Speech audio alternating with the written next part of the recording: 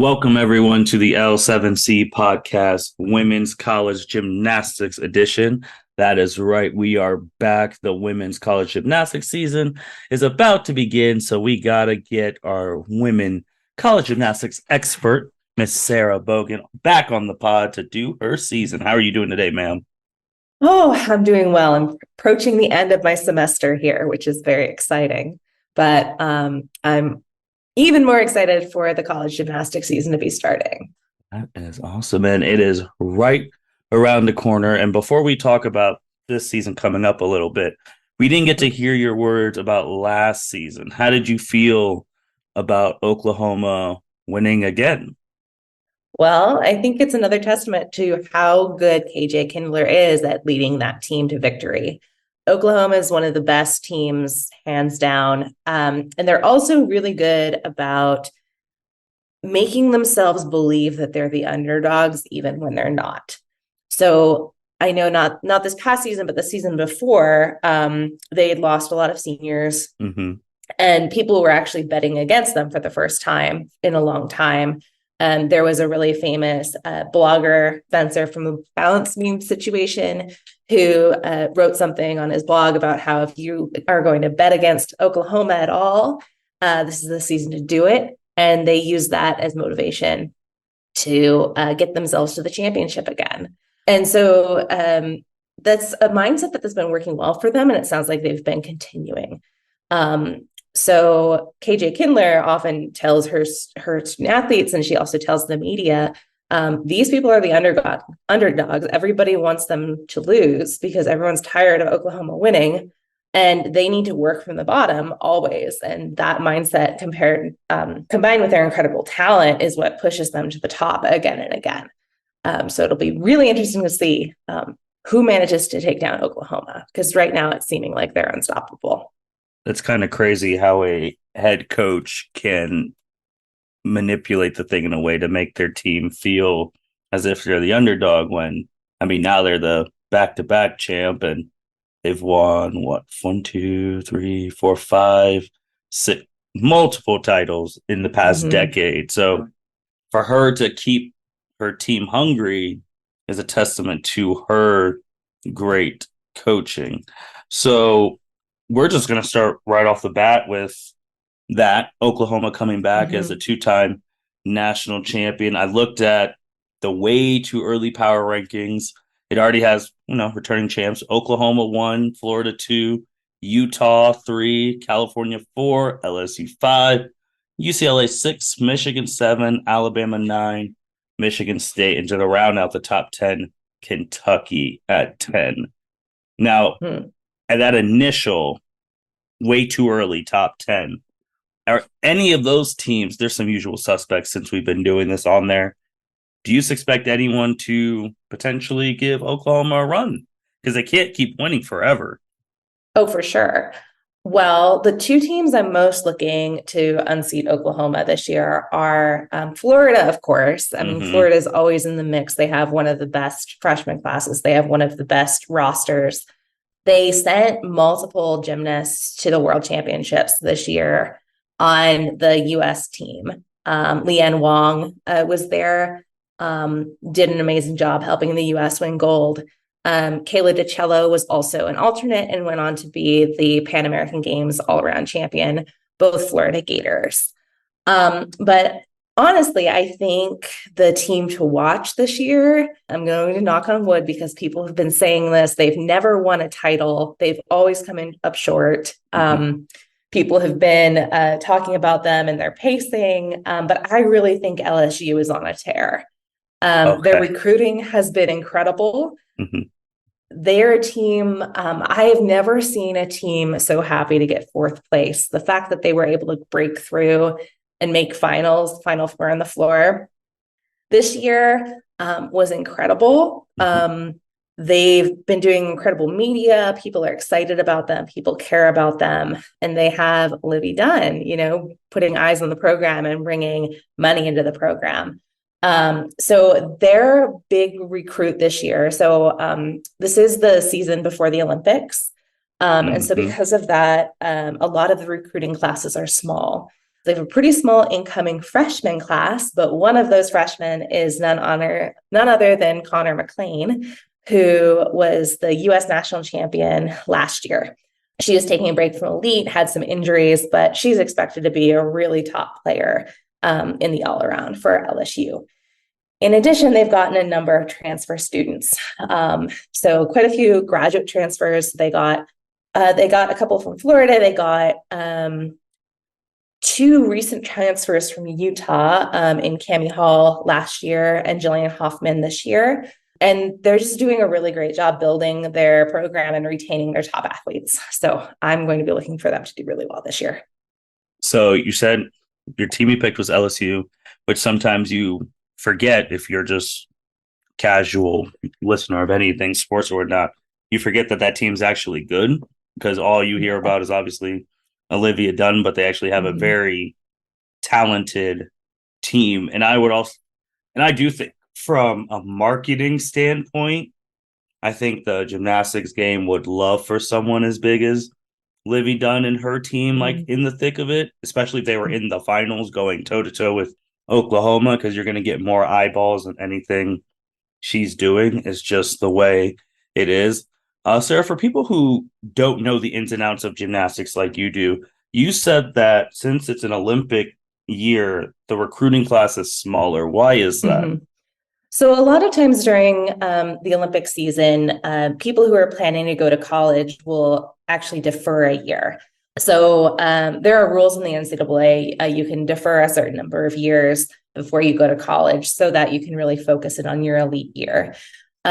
So even for gymnasts who aren't actually expecting to make the Olympic team, doing a full elite season in the Olympic year can be really, really, really exciting. So just for the gymnasts who want to give it everything they have to try to fulfill their Olympic dream, maybe being an alternate is important, but it's also just really fun, especially with Simone Biles and Gabby Douglas now back training, and Suni Lee possibly being at Olympic trials as well. It's really an unprecedented time to be part of a process like the Olympic trials. And I think we're going to see a lot of gymnasts opting to fully experience that elite season, that Olympic season, before heading out to college and kind of transitioning. That said, we're also going to see, as we see the Olympic gymnasts age on average increasing, and more gymnasts and more schools supporting this, we're seeing a lot more people defer years or take time off during their program. So Kayla DiCello, who I mentioned earlier from Florida, she's an example of someone who's taking a year off. I know of at least a couple of Canadians. Anna Poterario from UCLA is taking a year off. Jordan Childs from UCLA is taking a year off. All of them are doing that to really focus in on their Olympic season. So it'll be interesting to see how that pans out. So how many people make the Olympic team? So it's a little bit different every year. The IOC and the International FIG change the rules every year. Okay. But this year it's 5-person teams for the individuals who, or for the teams, for the countries that qualify full teams to the Olympics. Those are 5-person teams this year. There are also ways that various countries can qualify individuals. The United States isn't part of that because we're at the top. US is at the very top. We're always qualifying a team. But there are a number of NCAA gymnasts actually who are competing for other countries, a few of which have actually already earned berths to the Olympic Games, which is really exciting to see. And the Olympics are in Paris this year. They are, yes. So I want to also go back to Florida because I feel like a lot of the storylines, obviously, Olivia Dunn, Suni Lee, Oklahoma trying to repeat, but Florida was major in the gymnastics news because everyone was tracking Trinity Thomas's perfect 10 crusade, trying to break the record, all of that. For people who don't know, what is she doing right now? Yes, this is very, very exciting. So Trinity Thomas has remained at University of Florida. She is now a graduate student, and she stayed on as a graduate student coach, which is really great for Florida to still have her in some capacity. But she has also made an elite comeback. And I think my guess is that Leanne and Kayla and some other Florida folks really inspired her to come back to elite. But she really was in the best shape of her life at the end of her college season. Mm-hmm. And if you're at the tip top shape of your life right before an Olympic year, when all eyes are going to be on it, and you can be part of being and competing with Simone Biles, that's really exciting. So she has decided to come back and train for one more at least elite season. At least if we're really lucky, we'll get to see her for more than one elite season. But yeah, Trinity Thomas is back at training camp, training her Olympic routines, and will be hoping to see her at nationals and Olympic trials this year. So obviously for the podcast, we've never actually been able to cover an Mm-hmm. Olympic year as well. So usually typically season goes, season's over, you do your stuff. When season's back, we like, oh, we'll start. But now season's gonna go, then you're gonna go into the Olympics. So you're gonna have way more gymnastics coverage that we've ever had on here because it's gonna be a first for us in Mm-hmm. 2024. And obviously with the Olympics, everyone who watched remembers last time Simone Biles like stepping out, all of that. That's Yes. obviously going to be a major story going into 2024. Where do you think she is at mentally, physically? Do you think she's gonna, one, obviously, is she gonna compete? Two, do you think our expectations would be too high of her to be that Simone Biles from two Olympics ago where she just dominated everything? Mm-hmm. Well, Simone was definitely back. Simone's Mm-hmm. very much back. And we all had the privilege of, those of us who watch World Championships, had the privilege of watching her make an amazing elite comeback. Mm-hmm. So, as a longtime gymnastics fan who's been watching Simone for a decade, like her first World Championships was 10 years ago. We've been watching her compete on this stage since then. Mm-hmm. Over a decade, she's been dominant. Seeing her compete for this entire elite season as someone who's watched her for a long time has been incredible. So I still really, really believe in her gymnastics. I think she's doing better gymnastics than she's ever done. I think she looks, I don't know exactly what's going on in her mind, but I think she looks much more relaxed than she did last quad. I think she's done a lot of work. I think USA Gymnastics has also done a lot of work to improve the culture. Um, she has good people around her. Um, I find her very enjoyable to watch, and she's still just as amazing as she was. So I think she has the ability to have an incredible Olympic year and an incredible Olympic season. But at the same time, I think her story, just being as dominant as she did, coupled with, the struggle she had at the last Olympics and coming back and everything, just her showing up and being the incredible athlete she is, regardless of the medals she wins, is going to be such a privilege for all of us to watch. And I'm so excited to see what happens, regardless of what happens.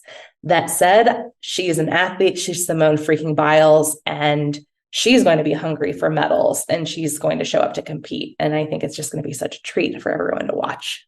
So Simone Biles was the all-around champion 2 Olympics ago, right? Yes. But then the last Olympics was Suni Lee, right? Yes. And then Mm-hmm. Gabby Douglas, who we talked about, she was an all-around champ, right? She was. Yeah. In So her Gabby time. Douglas. Yeah, Gabby Douglas at 16, she was super young, Yep. just burst onto the scene as a senior Mm-hmm. international elite, shot up to the top, was training with Sean Johnson, completely defeated Jordan Weaver and Allie Raisman and everybody else in the world to become all around champion, first Black all around Mm-hmm. champion ever in gymnastics history at the age of 16. Has So that ever after that, been, has this ever happened before that you have, I don't want to say generations because that's too long, but basically 3 Olympic cycles of all-around champions potentially on the same team?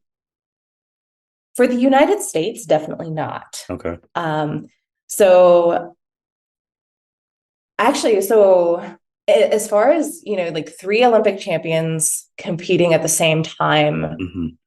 on the same team, definitely not US, maybe, a Soviet Mm-hmm. situation, but what's happening with the possibility of this happening is just really, really unprecedented. And it points to the dominance of the United States, certainly, but also the ability of these gymnasts to stay healthy and to stay at the top of their game for entire, decades of their lives.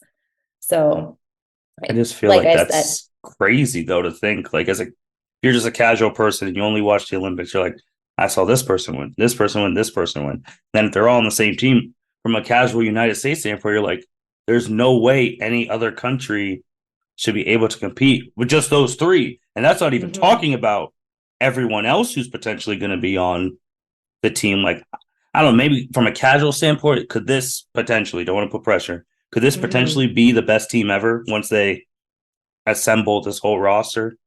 Well, as far as resumes, most definitely. Okay. Most definitely.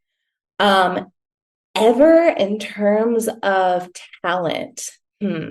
That's a good question. That's a really, really good question, but I think it certainly has the potential to be up there. Okay. Just something to follow when it happens. And I do want to ask because you did not mention them as someone who could potentially take down Oklahoma, but way too early. Number 3, Utah. Utah. We What? need to talk about Utah. You're basically in their backyard. Like I am. They are my pseudo home team. I love me some Utah, but Utah's been having some trouble in the off season, and I'm not ashamed of going on the record and saying that. I would not be surprised. Actually, it actually looks like the official WCGA preseason coaches poll was look at that. released. Breaking news. Yeah, and the top 4 are now Oklahoma, Florida, LSU, and Utah number 4. Okay, so okay. So I have no doubt that has to do with the transfers and with Connor McLean coming in. But I don't know if you followed this, Martin, but there was some very big news on the national level right before season started, in which another U.S. Olympic alternate and former world champion, Kara Aker, announced her retirement and withdrawal from the University of Utah due to the abusive culture there. And now I feel like every year we're talking about some team's culture. Yes. And we're definitely going through a reckoning in terms of what gymnasts are willing to tolerate, what gymnasts are willing to speak out about. But there have been hints about the goings on at Utah for a couple of years now. So I mentioned Cammie Hall transferring from Utah to LSU, and she has said in interviews about how much she loves the culture at LSU and how she finally feels like she's in a safe, healthy environment. And then at the end of this past season, there were a huge number of transfers. I mentioned Jillian Hoffman. Sage Thompson is now at Oregon State with Jade Carey. And Lucy Stanhope is another. She's a fan favorite, is now at Nebraska. And there was kind of this exodus of gymnasts. So Tom Farden was accused of abusive coaching. He was investigated by the University of Utah. He was cleared of all charges because of a lack of evidence. But after that came out, Kara Aker spoke out, and that really rattled the gymnastics community. First of all, because Kara is an incredible beam worker. She and Miley O'Keefe would regularly be second to last and last in the beam lineup. They would often get back-to-back perfect 10s. This is not a low achieving gymnast. This is a top gymnast. Not only is she a top gymnast for the University of Utah, but she came from one of the toughest gyms in the country. So Gage, Great American Gymnastics Express, they have trained a number of really tough, really focused gymnasts. They also have a reputation for being a very, very tough gym and at times abusive gym. So if Kara Aker, who thrived at Gage, couldn't handle Utah, probably was something going on. So Tom Farden is now out. Carly Dockendorf, the assistant or associate head coach, is now the head coach permanently. That was announced today. And they're moving forward, but I think Utah has a lot of internal cultural things to work on. They have, really amazing gymnasts who transferred and who retired and who left. And I think they have potential to be amazing this year, just like they have been in past years. Perhaps the leadership change will be good for them. But I do think they're working from a deficit right now, just both from their talent and from just the exhaustion of going through being at the forefront of this really public scandal in the gymnastics world. Gotcha. Well, you are actually going to a meet today, so we are not gonna hold you any much longer. But I do want to just shoot some really quick hitting ones just to get your brain going. So tickets are available already for the National College Women in Fort Worth, Texas, April 18th and 20th. Sarah, does women's gymnastics, do they do like an all-American list or anything like that? They do, yeah. So they have a couple different lists. So they actually have the regular season All-Americans, which are based on the national qualifying score that allows them to qualify to nationals. And then there's also the All-American list that is awarded based on performance at nationals. Okay. If you had to choose right now on day of recording, December 8th, 2023, it's not going to be who is the best college gymnastics lady in the world right now. Oh my gosh, that's such a hard question. I can't, and Trinity's not even around anymore. She's like the easy cop out. Who's the best? Wow. If you had to put, I guess, okay, I'll even make it spicier. If you had to pick one college women gymnast right now to build your entire program around, who would you pick? Oh my goodness. Okay. I'm actually going to say, well, if Jordan Childs were competing this year, which she's not, I would say Jordan Childs all around, like just talent and also leadership. I think I'm going to go on a limb and actually say Jordan Childs' teammate at UCLA, Selena Harris.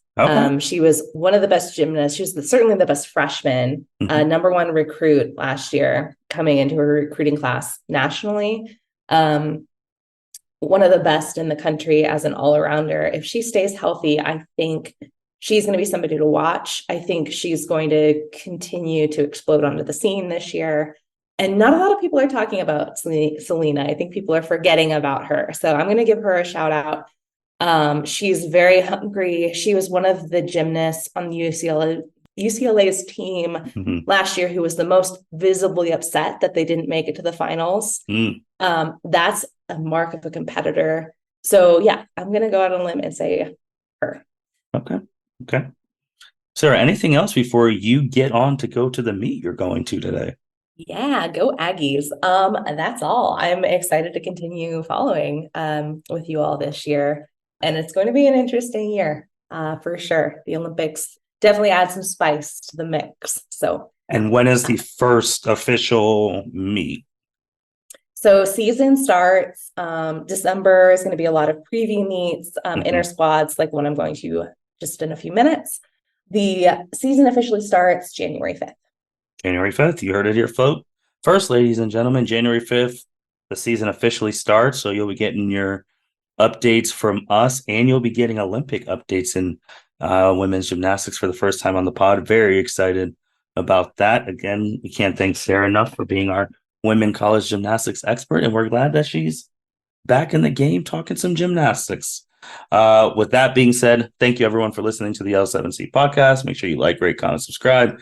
Next time when we see Sarah, she'll be able to tell us how that meet went and get some more time with her, see some results, see how she's feeling the first month of the season. If anyone has surprised her, disappointed her, this sport is crazy. So someone will always come through, and we'll see if someone takes out Oklahoma this year. They're going for a 3P. We will see.